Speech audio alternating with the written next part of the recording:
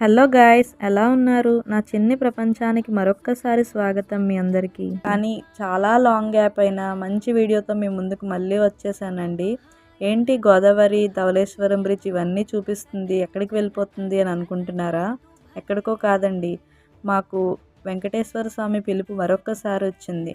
కానీ తిరుపతి కాదండి, మన పక్కనే కోనసీమలో గౌతమి నదిలో ప్రత్యక్షమైన చందన స్వరూపుడైన 7 వారాల వెంకటేశ్వర స్వామి పిలుపు మరొక్కసారి మాకు వచ్చిందండి.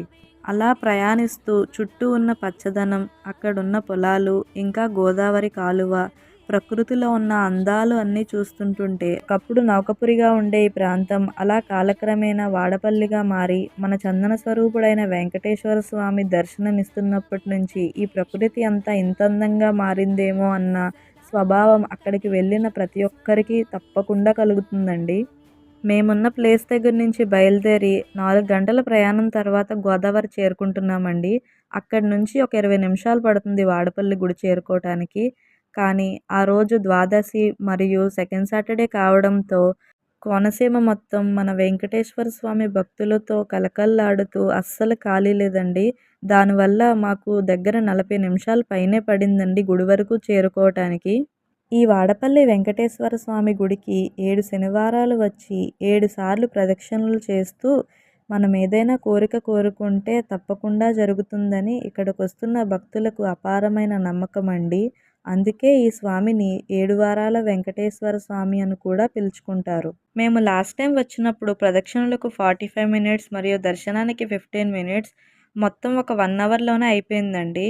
కానీ ఈసారి ద్వాదశి మరియు సెకండ్ సాటర్డే కావటంతో భక్తులతో మాడవీధులు మొత్తం ఫుల్గా నిండిపోయి 2 గంటల ప్రదక్షిణలు మరియు 1 అవర్ దర్శనానికి పట్టిందండి. టోటల్ 3 అవర్స్ పట్టిందండి మాకు. మొత్తానికి 4 గంటల పైనే ప్రయాణం మరియు 3 గంటల వెయిటింగ్ తర్వాత స్వామివారిని చేరుకొని ఆ ఒక్క నిమిషం స్వామివారి దర్శనం మా ఇన్ని గంటల కష్టం మొత్తం మర్చిపోయేలా చేసిందండి. ఇక్కడ మరొక ప్రత్యేకత ఏంటంటే వెంకట గారి గోవిందనామ స్మరణం ఇంకా ఎనర్జీని ఇస్తుందండి.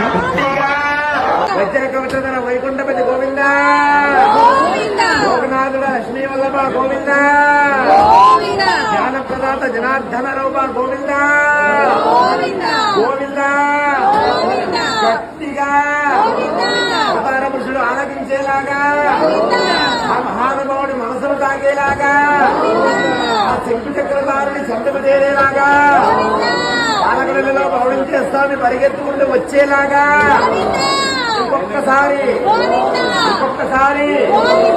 మరొక్కసారి నమో వెంకటేశాయ. గోవింద గోవింద.